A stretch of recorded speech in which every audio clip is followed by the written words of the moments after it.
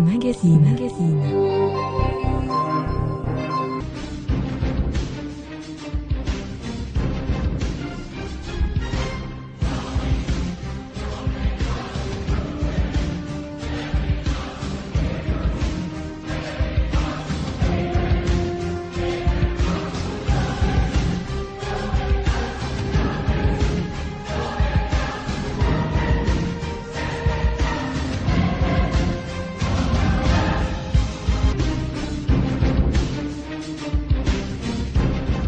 Rien ne va plus entre le Rwanda et la BBC, oui, rien ne va plus parce que depuis la publication de ce reportage sur les génocides, enfin ce qui est considéré comme le vrai reportage sur les génocides, il vient d'être décidé à Kigali de supprimer toutes les émissions, notamment en Kinyarwanda, de la BBC parce que, semble-t-il, la BBC serait révisionniste du génocide et ça ne semble pas aller. Nous allons essayer avec les journalistes en place ici à Kinshasa de comprendre un peu les raisons du divorce entre Paul Kagame et ses anciens supports, c'est ce que je voulais dire, anglo-saxons. Pourquoi ça ne fonctionne plus, y compris avec le département d'État, parce que même là-bas, on épingle aussi les violations des droits de l'homme, partiellement l'expulsion des Campbell qui était à Kinshasa, mais l'autre Campbell, c'est ces fonctionnaires de l'ONU qui étaient aussi au Rwanda, qui ont établi un rapport par rapport aux violations des droits de l'homme là-bas. Mais plus c'est le cas de la BBC qui va nous intéresser aujourd'hui avec les journalistes déjà en place. Deuxième sujet, depuis quelque temps, on a assisté à un redéploiement de la MONUSCO à l'Est.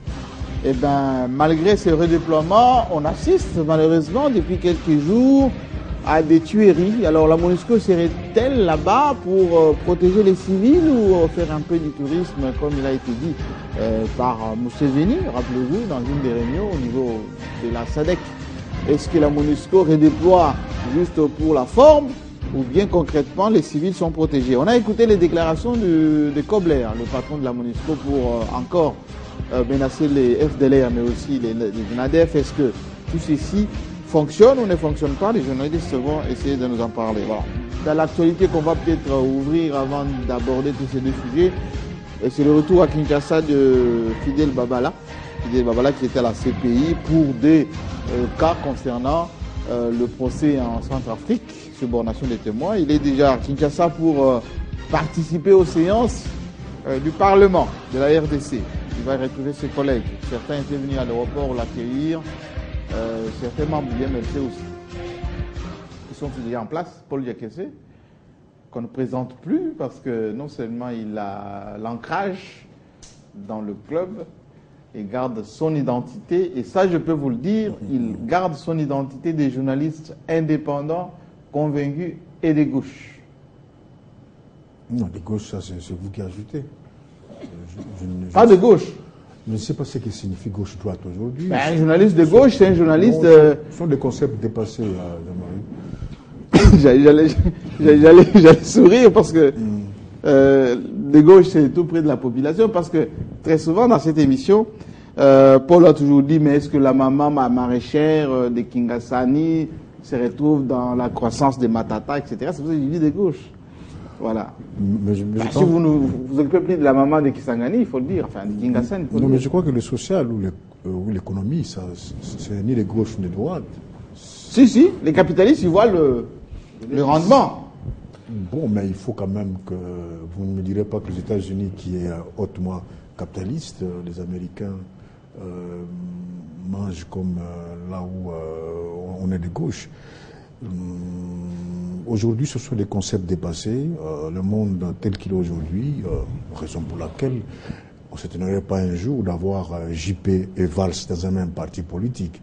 Donc la configuration géopolitique du monde se décompose et se recompose. Mais Valls lui-même demande maintenant même le changement de nom du Parti socialiste. Ça veut dire qu'il ne se retrouve pas dans le Parti socialiste. Le concept de gauche-droite restera seulement chez les passéistes, qui ne se retrouvent pas dans la vitesse technologique et la mondialisation actuelle. Paul Diakese reste au centre. Il ne veut pas J'insiste parce que quand vous êtes toujours catalogué des gauches, par rapport au gouvernement, maintenant vous dites non, je suis indépendant. Indépendant. Tout à fait. D'accord. Daniel Safou, tu restes lui des gauches. Je reste des gauches. Combien venez Bakoumani? Gauche au sens, n'est-ce pas, du prolétariat. C'est-à-dire prolétariat, ça veut dire le pouvoir. La masse populaire. Oui. C'est cette masse-là qui est souvent victime, n'est-ce pas, du capitalisme. Donc on reste des gauches, réclamer les droits du prolétaire. Comme le dit Marx, prolétaires du monde, unissez-vous. De peur que vous soyez avalés. Paul a dit passéiste, vous êtes dans l'idéologie d'avant le mur de Berlin, et ça pose problème là. Vous êtes. Il doit s'informer, le communisme commence à revenir petit à petit. Le communisme. Regardez la montée de Poutine. Ça doit interpeller le monde. Bon, le communisme est tenté de monter, de s'organiser. Non, Poutine n'est pas communiste. Le communisme au sens du socialisme. Bon, moi, je crois que c'est à ce sens-là. Bon, il y a une montée. Peut-être que vous nous direz, des pays comme la Chine, qui était communiste devant Dieu, le capitalisme prospère terriblement là-bas. C'est l'économie du marché quand même qui... C'est vraiment du passé.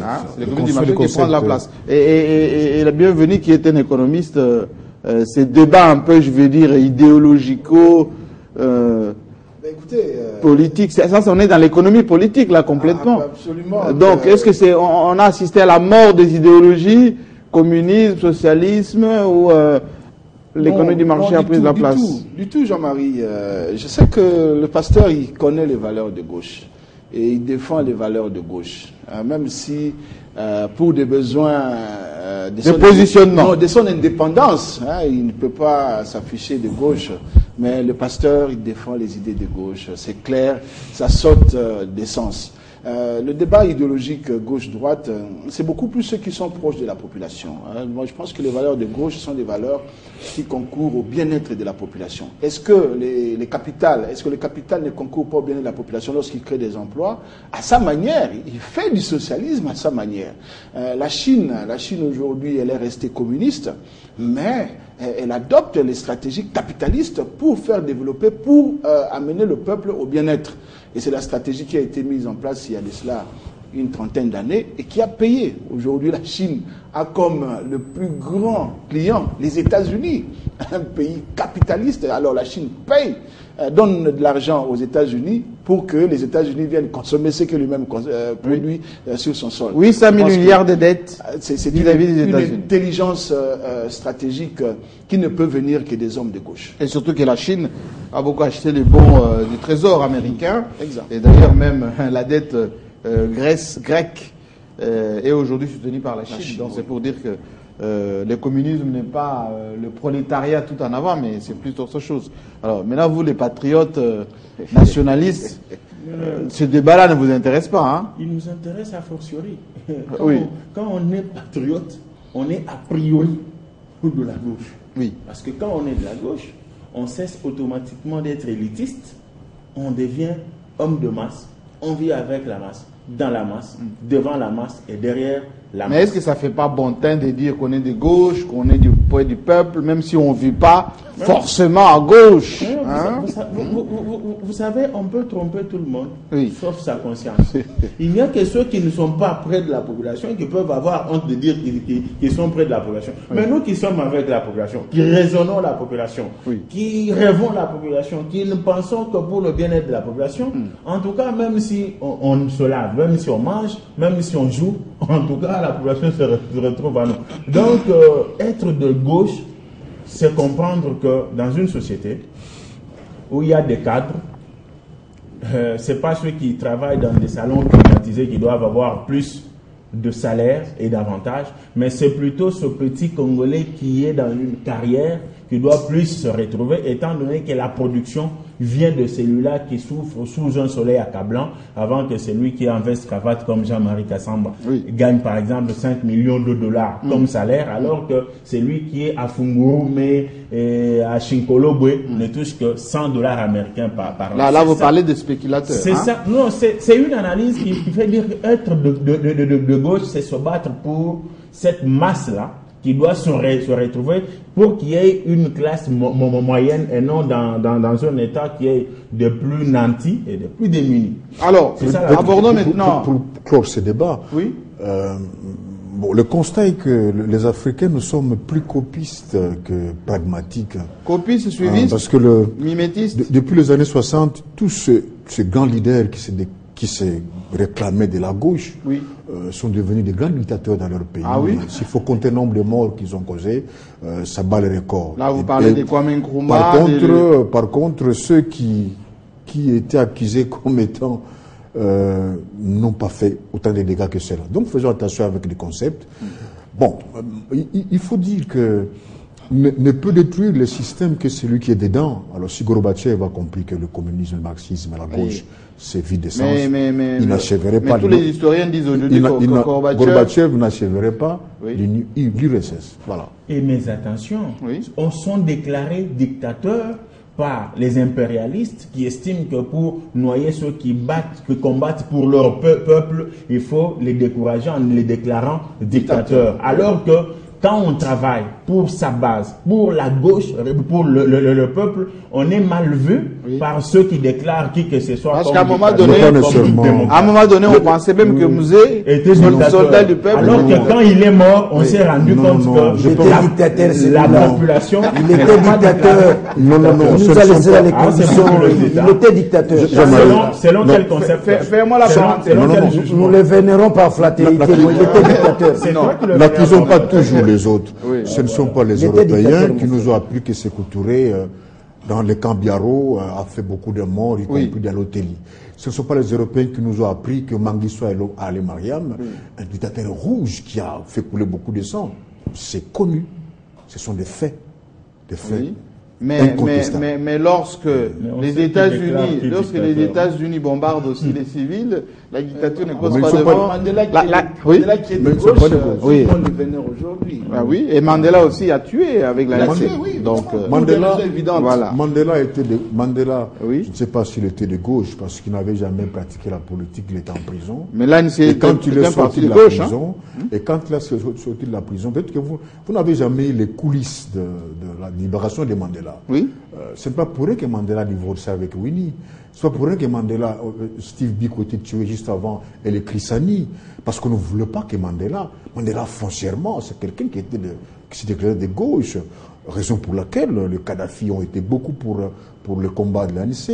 Non pas seulement Kadhafi, l'Union soviétique. Le Mandela était dedans. Mais maintenant, pour que Mandela puisse sortir de la prison, il était question qu'il fasse des concessions. On a boutiqué le divorce avec sa femme parce que Winnie Mandela était dur de dur. Pour le Winnie Mandela et beaucoup de Sud-Africains, notamment les Steve Biko, les Chrysani, pas question de négocier avec les Blancs, il faut qu'ils rentrent, récupèrent un hôtel. C'est un peu comme ce qu'a fait Mugabe au Zimbabwe. Alors abordons les sujets, si vous permettez, avec ce premier sujet. Mettre dans les contextes. Daniel Safou, la logique, bien sûr. Vous aimez bien, en ce qui concerne les génocides rwandais, replacer en quelque sorte les choses à leur place. Mais ce n'est pas vous qui avez publié le reportage sur Paul Kagame aux origines du génocide. La BBC en a fait vraiment une exception. Alors, il a été décidé il y a à peine 2 jours à Kigali de supprimer toutes les émissions en Swahili, en Kinyarwanda de la BBC, y compris en français d'ailleurs, d'après ce qu'on vient de me dire. Les raisons de ce divorce, c'est quoi? Pourquoi un tel acharnement contre la BBC? Oui, ça sent mauvais, dans la mesure où l'installation même, n'est-ce pas, du réseau communicationnel, n'est-ce pas, BBC au niveau du Rwanda, ça prouve à suffisance les relations d'hier. Il y avait des relations, parce que je ne crois pas une station radio, n'est-ce pas, à la dimension internationale, s'installer dans un pays comme le Rwanda, sans a priori qu'il y ait des intérêts, qu'il y ait des accointances, je ne pense pas. Donc ça sent mauvais, ça prouve à suffisance que les relations ne sont plus en bons termes comme hier. Lorsque une station radio, une chaîne de télévision internationale, la dimension du BBC s'installe dans un pays, devons nous poser des questions. Il s'agit de quoi? Il s'agit de 2 choses. 1. Protéger les intérêts du régime. 2. Permettre à ce que le régime soit en pompe vis-à-vis de la communauté internationale. Et maintenant, aujourd'hui, la même station radio, la même chaîne de télévision dénonce les comportements machiavélistes du régime. Il dénonce les limites, n'est-ce pas, du régime. Et Kagame, prudent qu'il est, ça prouve à suffisance, n'est-ce pas? Prudent ou énervé? Non, non, non.